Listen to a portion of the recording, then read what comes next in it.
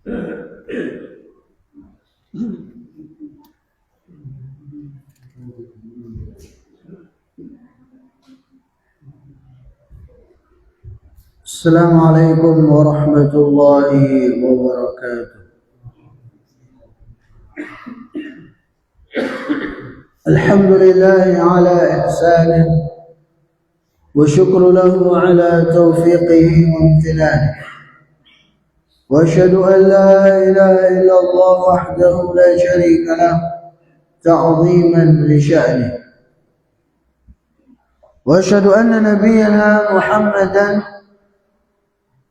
عبده ورسوله الداعي إلى رضوانه. اللهم صل وسلم على نبينا محمد وعلى آله وأصحابه وإخوانه. رب اشرح لي صدري ويسر لي أمري واحلل عقدة من لساني يفقهوا قولي. اللهم انفعنا بما علمتنا وعلمنا ما ينفعنا وزدنا علما. Para jamaah yang mudah-mudahan dimuliakan dan dirahmati oleh Allah Azza wa Jalla, puji dan syukur senantiasa kita panjatkan kepada Allah Subhanahu wa taala atas segala limpahan nikmat dan karunia yang telah Allah Subhanahu wa taala berikan kepada kita semua, terkhusus nikmat iman dan Islam yang merupakan dua nikmat terbesar yang Allah Subhanahu wa taala berikan kepada hamba-hambanya. Begitu pula kita bersyukur kepada Allah Subhanahu wa taala atas nikmat kesehatan dan kesempatan yang alhamdulillah sampai detik ini Allah Subhanahu wa taala masih berikan kepada kita semua. Maka sudah semestinya bagi kita untuk berusaha menggunakan sisa-sisa dari nikmat umur dan kesempatan yang masih diberikan kepada kita ini untuk terus memperbanyak amal saleh, untuk terus memperbanyak ketaatan kepada Allah Subhanahu wa taala. Dan kita dalam beramal soleh hendaknya disegerakan, sebagaimana pesan baginda yang mulia Nabi kita Nabi Muhammad sallallahu alaihi wasallam. Kata Nabi sallallahu alaihi wasallam, badiru bil a'mal fitanan ka qita'il lailil mudlim yusbihu ar-rajulu mu'mina wa yumsi kafira أو يمسي مؤمنا ويصبح كافرا يبيع دينه بعرض من الدنيا.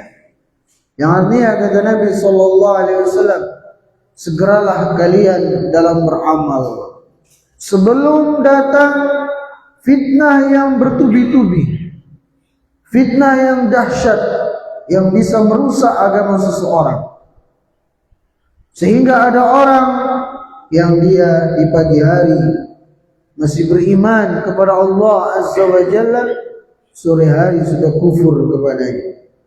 Atau sebaliknya, sorenya masih beriman, paginya sudah kufur kepada Allah Subhanahu wa taala.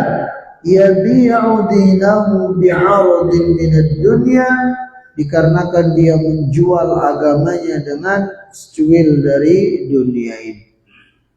Ya, begitu pula dalam hadis yang lain ada Nabi sallallahu alaihi wasallam, "Idza amsayta fala tantadhir as-sabah wa idza asbahta fala tantadhir al-masa wa khudh min sihhatika limaradika wa min hayatika limautika." Yang artinya kata Nabi sallallahu alaihi wasallam, apabila Anda sedang berada di pagi hari, jangan tunggu sore hari untuk beramal. Begitu pula apabila Anda sedang berada di sore hari, jangan tunggu pagi hari untuk beramal. Artinya segerakan dan gunakan, kata Nabi SAW, dan gunakan masa sehat Anda sebelum datang masa sakit Anda. Gunakan sebaik mungkin masa kesempatan hidup yang Allah berikan kepada Anda sebelum kematian datang menjemput Anda. Ini para jamaah yang dimuliakan, pesan-pesan dari Rasulullah Sallallahu Alaihi Wasallam kepada kita, ya, agar kita di dunia ini bersegera tidak menunda-nunda amal soleh, supaya kita tidak menjadi orang yang merugi nanti di hari kiamat. Nah, para jamaah yang mudah-mudahan dimuliakan dan dirahmati oleh Allah Azza wa Jalla, pada kesempatan ini kita akan melanjutkan pembahasan kita dari kitab At-Tauhid Al-Muyassar. Itu kita akan bahas tentang makna dari kalimat tauhid la ilaha illallah. Ya, kita sudah sering, bahkan mungkin sudah ribuan kali atau mungkin ratusan ribu kali, ya, kita mengulang-ulang mengucapkan la ilaha illallah. Bahkan la ilaha illallah ini adalah seafdal-afdalnya zikir, kata Nabi sallallahu alaihi wasallam, adalah la ilaha illallah. Nah, lantas kemudian para jamaah sekalian, apa makna dari kalimat tauhid la ilaha illallah ini? Ya, apa maknanya? Dan ini kewajiban bagi setiap muslim untuk memahaminya. Ya, sehingga tidak hanya sekedar menyebut, tidak hanya sekedar mengucapkan tanpa memahami makna serta konsekuensi dari kalimat tauhid la ilaha illallah. Jadi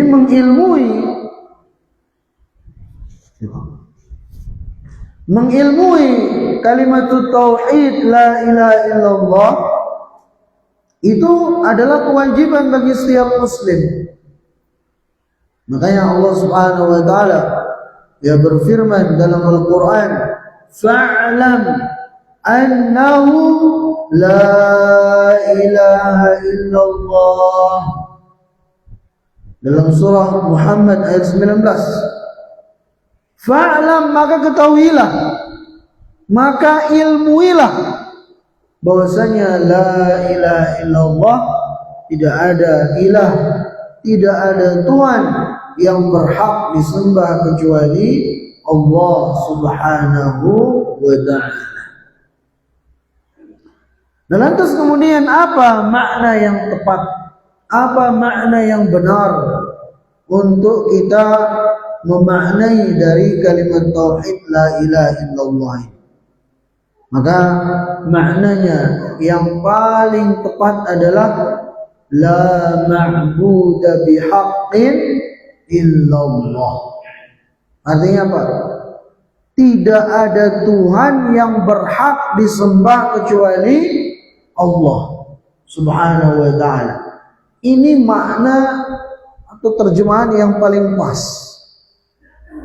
dari kalimat tauhid la ilaha illallah. Kenapa? Ya karena Tuhan-Tuhan yang disembah di dunia ini banyak. Ya, setiap agama punya Tuhan. Bahkan ada agama yang memiliki 3 Tuhan, bahkan mungkin puluhan Tuhan.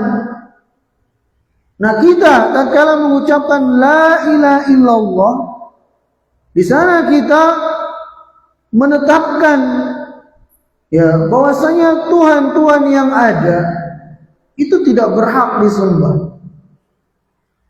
Yang berhak disembah hanyalah satu, itu dialah Allah Subhanahu wa ta'ala. Sehingga makna yang tepat untuk memaknai la ilaha illallah itu adalah tidak ada Tuhan yang berhak disembah kecuali Allah Subhanahu wa ta'ala.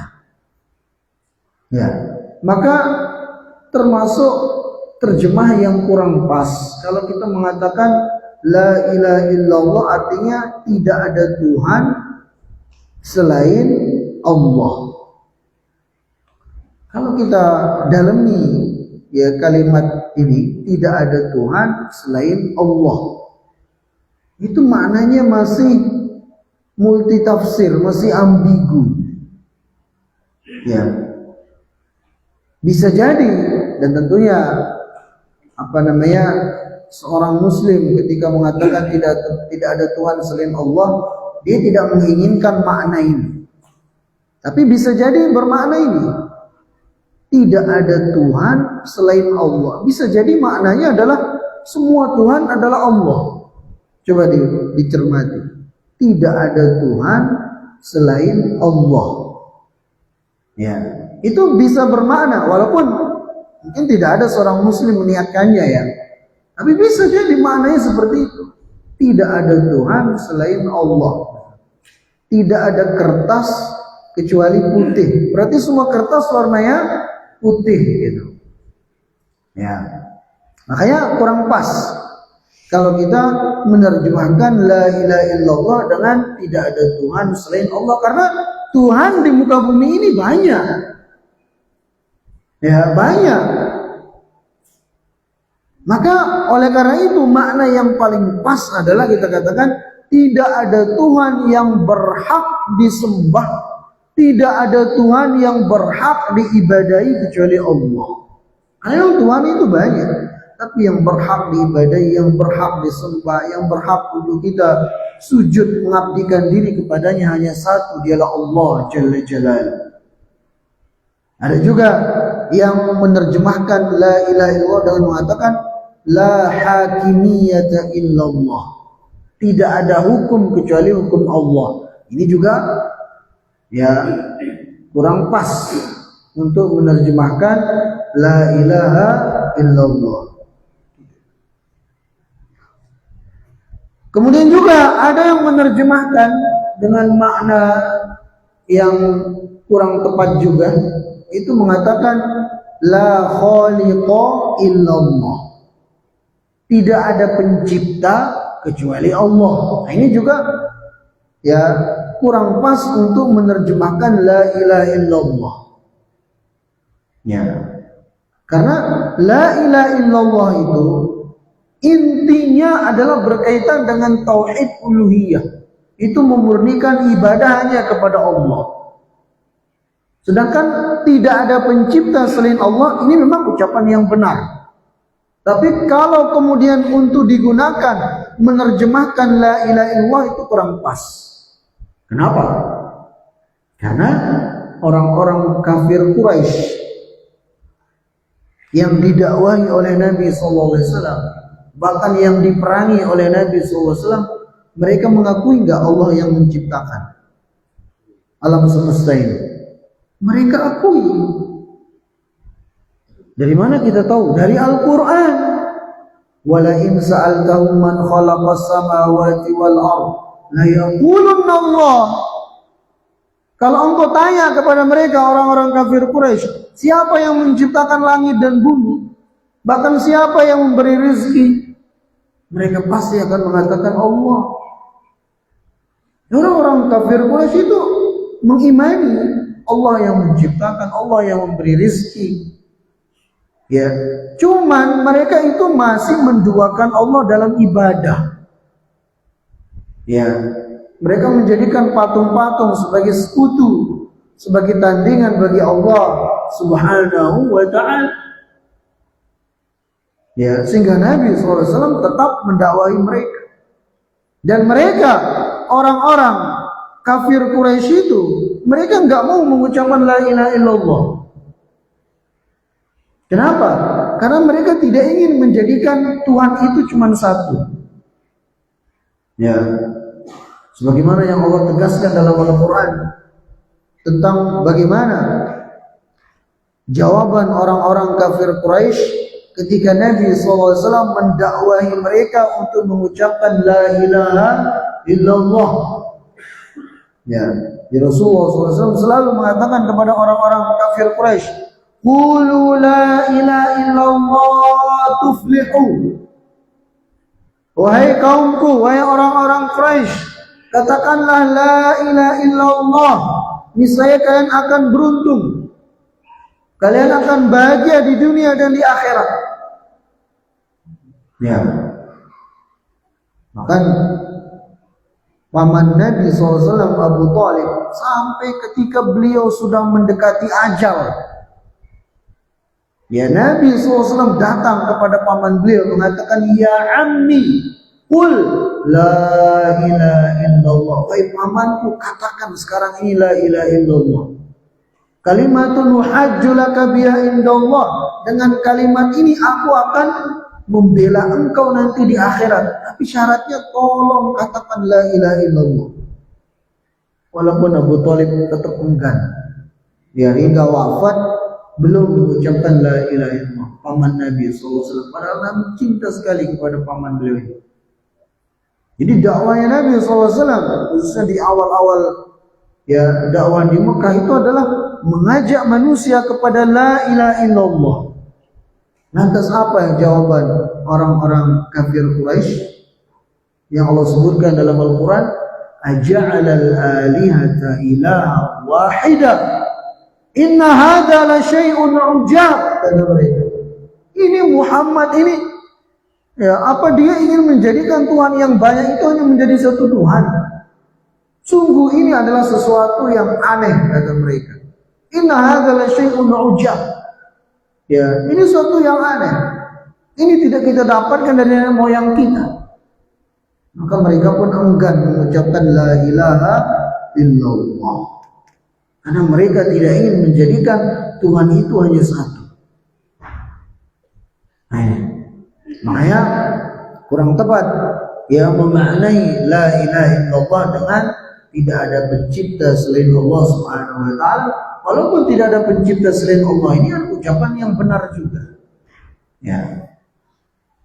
Kemudian para jamaah yang mudah-mudahan dimuliakan dan dirahmati oleh Allah Azza wa Jalla, arkanuha, apa saja rukun-rukun yang terkandung dalam kalimat tauhid la ilaha illallah. Jadi tidak hanya sholat saja yang punya rukun, ya, tidak hanya wudhu saja yang memiliki rukun-rukun. Bahkan la ilaha illallah itu sendiri juga ada rukunnya. Dan memahami rukun la ilaha illallah ini wajib. Ya, sebuah kewajiban bagi setiap muslim dan muslimah. Nah, apa rukun dari kalimat tauhid la ilaha illallah? Rukunan, ada dua saja rukunnya. Al-awwal nafyun. Rukun yang pertama namanya rukun nafi. Itu meniadakan, mengingkari. Ini ada pada bagian pertama dari la ilaha illallah, itu la ilaha. Ini rukunnya namanya nafi. Maksudnya apa? Yakni an tanfiyal ibadata an kulli ma yu'badu min dunillah, yaitu engkau, Anda menafikan seluruh ibadah-ibadah dari selain Allah Subhanahu wa ta'ala. An tanfi al-ibadata an kulli ma yu'badu min dunillah. Itu kita menafikan, meniadakan ya ibadah-ibadah itu kepada selain Allah Subhanahu wa ta'ala. Dalam artian kita mengingkari semua sesembahan selain Allah. Jadi la ilaha, tidak ada Tuhan yang berhak disembah. Ya. Maka di sini kita menafikan, meniadakan peribadatan kepada selain Allah. kita mengingkari, kita kufur kepada tuhan-tuhan yang disembah selain Allah. Ini namanya nafi. Ya. Kemudian rukun yang kedua apa? Rukun yang kedua adalah itsbat. Ini ada pada bagian yang kedua. Illallah, kecuali Allah. Jadi setelah kita menafikan, meniadakan, mengingkari, kufur kepada semua sesembahan-sesembahan yang ada, baru di sini kita menetapkan, kita mengisbatkan bahwasanya Allah dialah satu-satunya yang berhak untuk diibadahi. Allah dialah satu-satunya yang berhak untuk kita sembah, bukan yang lainnya. Yakni an tuthbital ibadata lillahi wahdahu la syarikalah. Isbat itu maksudnya adalah ketika Anda menetapkan ibadah hanya kepada Allah Subhanahu wa taala satu-satunya, bukan kepada yang lainnya. Sehingga apapun bentuk ibadah, pastikan hanya kepada Allah kita peruntukkan, bukan kepada yang lainnya. Sujud ibadah, maka sujud hanya kepada Allah. Boleh enggak sujud kepada orang tua? Enggak boleh. Walaupun niatnya untuk menghormati, enggak boleh. Ya, karena sujud itu ibadah. Hanya kepada Allah kita peruntukkan. Makanya Nabi SAW bersabda, "Lau kuntu amiran ahadan an yasjuda li ahadin, la amartul mar'ata an tasjuda li zawjiha." Seandainya aku boleh menyuruh seseorang untuk sujud kepada orang lain, aku akan suruh seorang istri untuk sujud kepada suaminya. Kenapa? Li'idhami haqqihi 'alayha. Karena agungnya hak seorang suami atas istri. Tapi karena enggak boleh, Nabi melarang untuk sujud. Ya. Jadi memuliakan orang tua, menghormati orang tua, berbakti kepada orang tua wajib. Tapi sujud enggak boleh. Karena sujud adalah ibadah yang kita hanya memperuntukkannya kepada Allah Subhanahu wa ta'ala. Menyembelih ibadah. Makanya menyembelihlah hanya untuk Allah Jalla Jalaluhu. Jangan sampai kemarin ketika Idul Adha kita menyembelih berkurban untuk Allah. Nanti di bulan yang lainnya malah menyembelih untuk selain Allah. Menyembelih untuk pepohonan kah, bebatuan kah, ya, atau pantai atau sungai dijadikan sesajen. Itu sama saja kita menjadikan sekutu bagi Allah Azza wa Jalla. Karena menyembelih adalah ibadah. Fasholli li rabbika wanhar.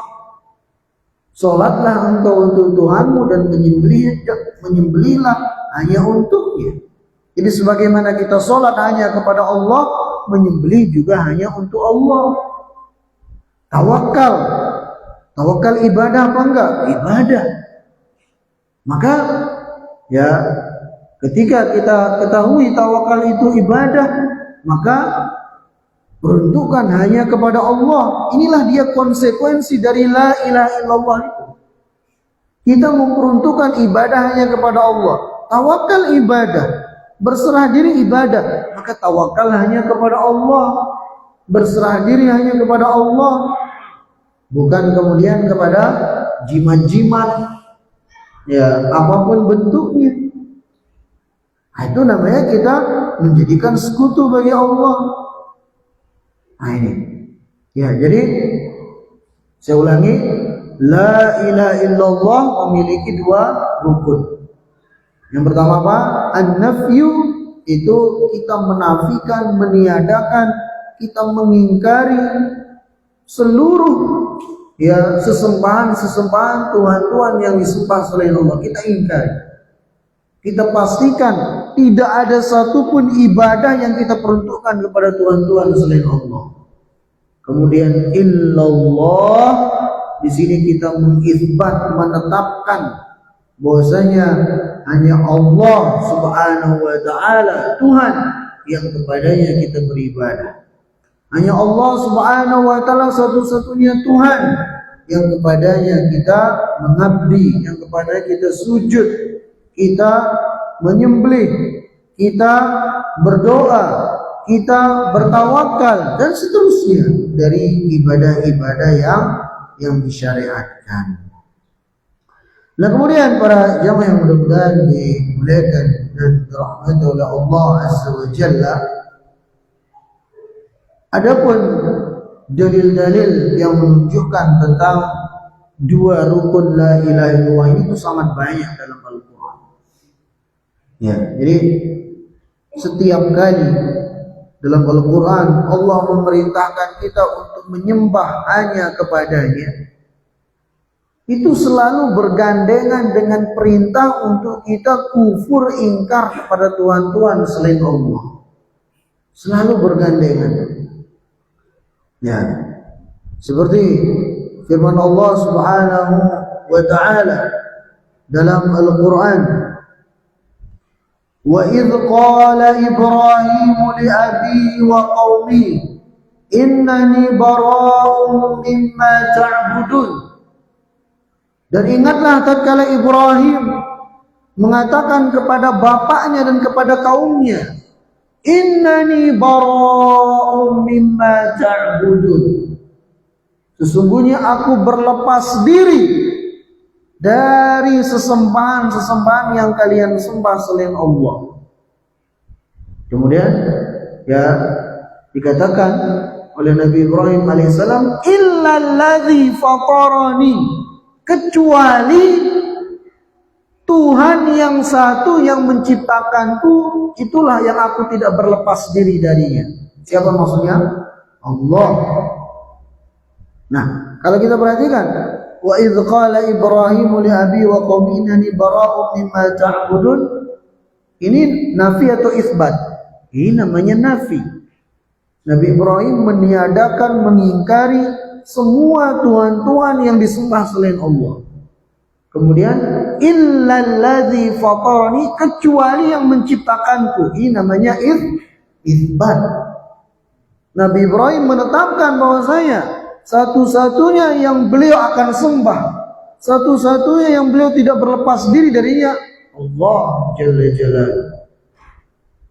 Ya. Dalam ayat yang lain Allah Subhanahu wa taala berfirman, "Wa ma arsalna min rasulin illa nuhi ilaihi annahu la ilaha illa ana fa'budun." Dan sungguh kami tidaklah mengutus seorang rasul melainkan kami wahyukan kepadanya untuk mengajak umatnya, ya, mengatakan la ilaha illa ana fa'budun. Tidak ada sesembahan yang berhak disembah ya kecuali Allah Subhanahu wa taala, maka sembahlah Allah satu-satunya. Ini juga mengandung nafi dan isbat.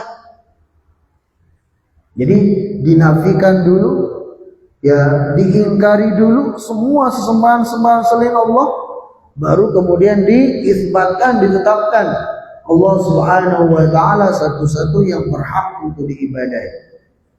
Contoh ayat yang lainnya, wa ilahukum ilahun wahid la ilaha illahu. Dan Tuhan kalian adalah Tuhan yang satu, yang esa.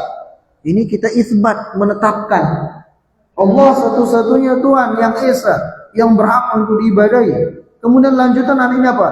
La ilaha illallah, kita meniadakan, menafikan semua sesembahan-sesembahan selain Allah Subhanahu wa taala, dan begitu seterusnya.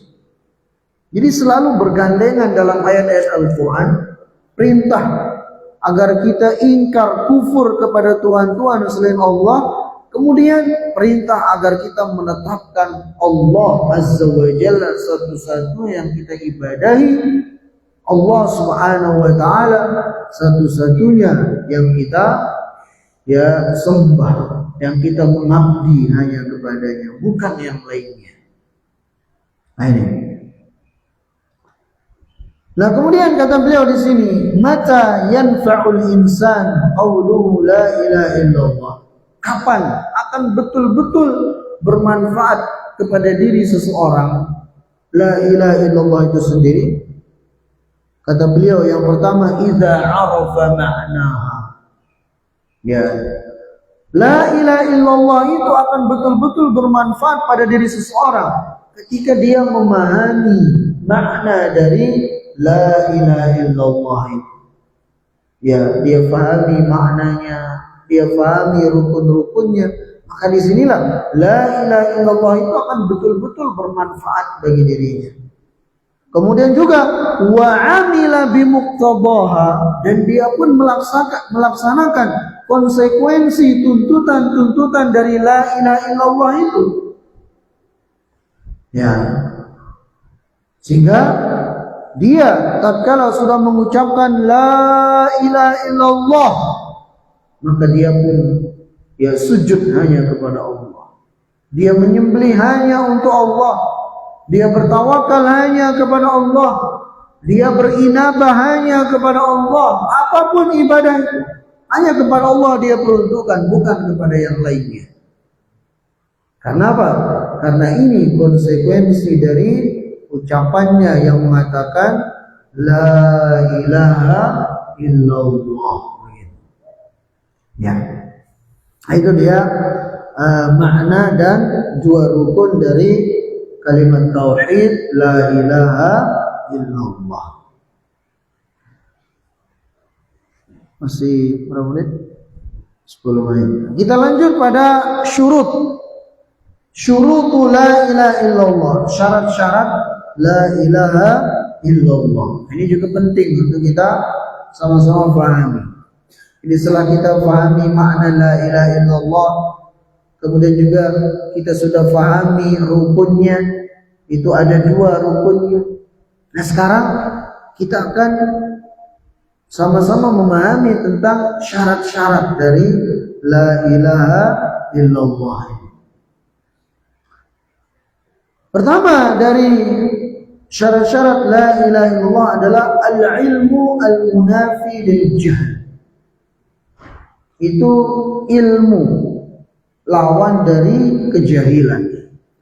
Maksudnya apa? Al-ilmu bima'na la ilaha illallah nafyan wa itsbatan. Yaitu seseorang harus mengilmui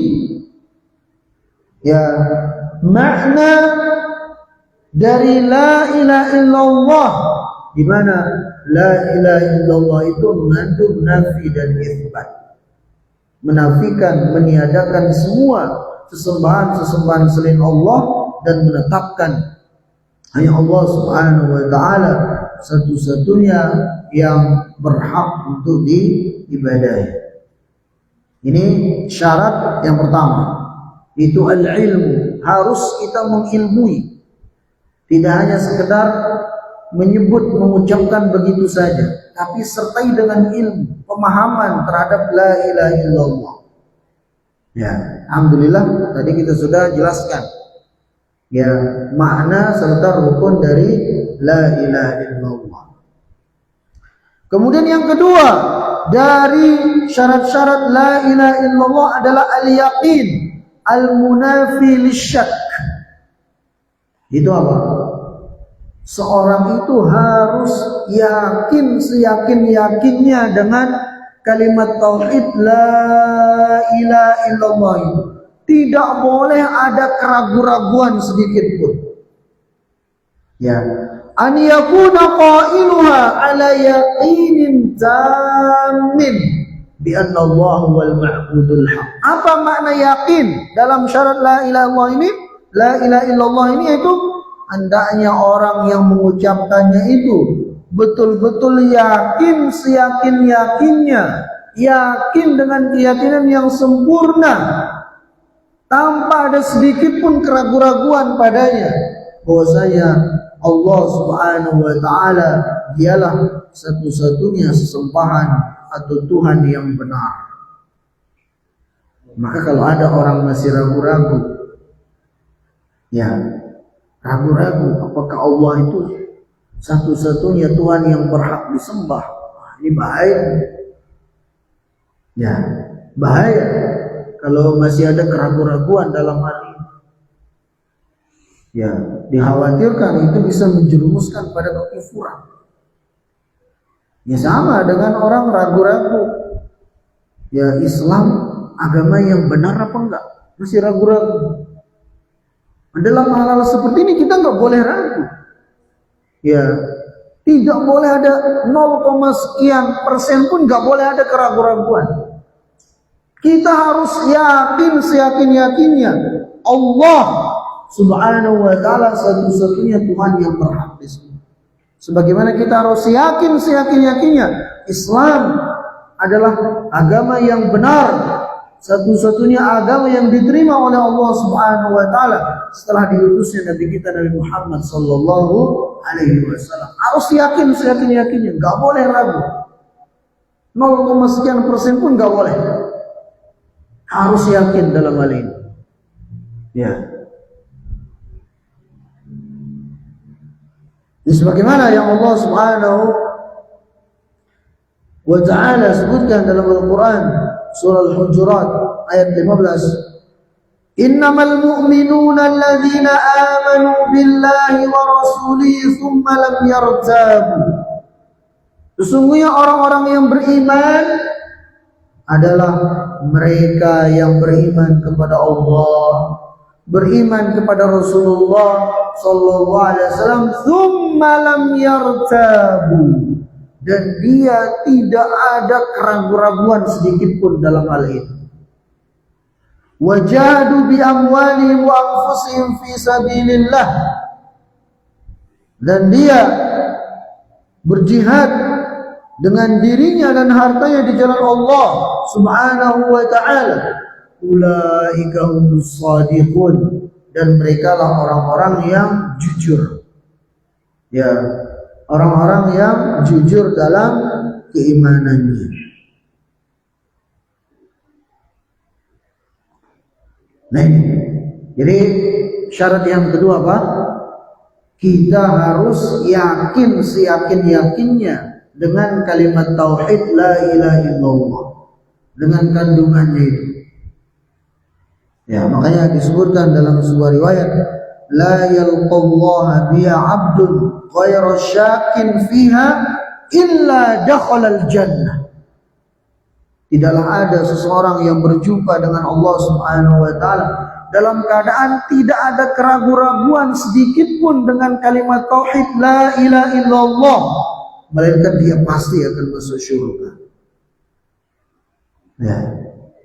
Maka harus yakin seyakin-yakinnya, nggak boleh ada keraguan-raguan ya dalam masalah keimanan ini, dalam masalah akidah secara umum. Makanya ya, apa definisi akidah itu? Kata para ulama, akidah itu adalah asy-syai'ul ladzi la yatatarraqu ilaihi atau alaihi syakun lada mu'taqidihi. Itu sesuatu ya yang tidak ada keraguan-raguan sedikit pun pada orang yang meyakininya, baru dikatakan orang itu telah berakidah dengan akidah tersebut. Ya, ini sebenarnya bukan dalam masalah la ilaha illallah saja kita harus yakin. Dalam seluruh perkara-perkara akidah, ya, dalam iman yang 6, rukun iman yang 6, nggak boleh ada ragu-ragu di sana. Ya, tentang iman kepada malaikat, iman kepada ya rasul-rasul, kitab-kitab, itu nggak boleh ada keraguan-raguan. Kita harus imani dengan keimanan yang yakin seyakin-yakinnya, baru dikatakan ya kita itu betul-betul dalam keimanan kita. Tidak boleh ada keraguan-raguan sedikit pun. Ya, maka hindari apa namanya hal-hal yang bisa menjadikan kita ragu-ragu dengan agama kita ini. Ya. Khususnya apa yang disebarkan oleh orang-orang JIL, ya, jaringan Islam liberal. Ya. Dan mereka itu seringkali menyampaikan kepada umat Islam hal-hal yang bisa menjadikan orang itu ragu-ragu dengan agama ini. Ya, hati-hati dari apa namanya slogan-slogan mereka. Karena ya kata para ulama, asyubhatu khattafah wal qulubu dha'ifah. Syubhat itu menyampar. Syubhat artinya kerancuan, pemahaman yang rancu, yang merusak. Ya, itu bisa merusak hati seseorang.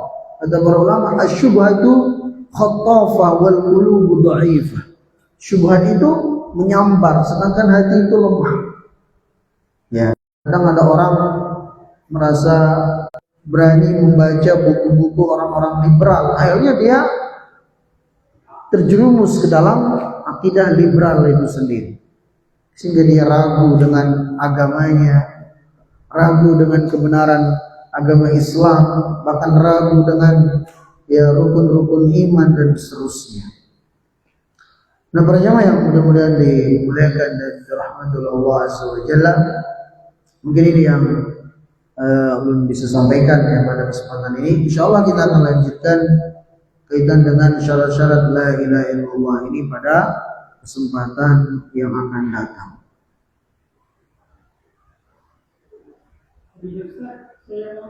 Iya.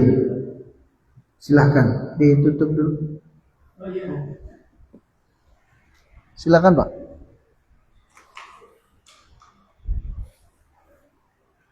Ini kan kalau nggak tahu ini kan boleh nanya ya Ustaz.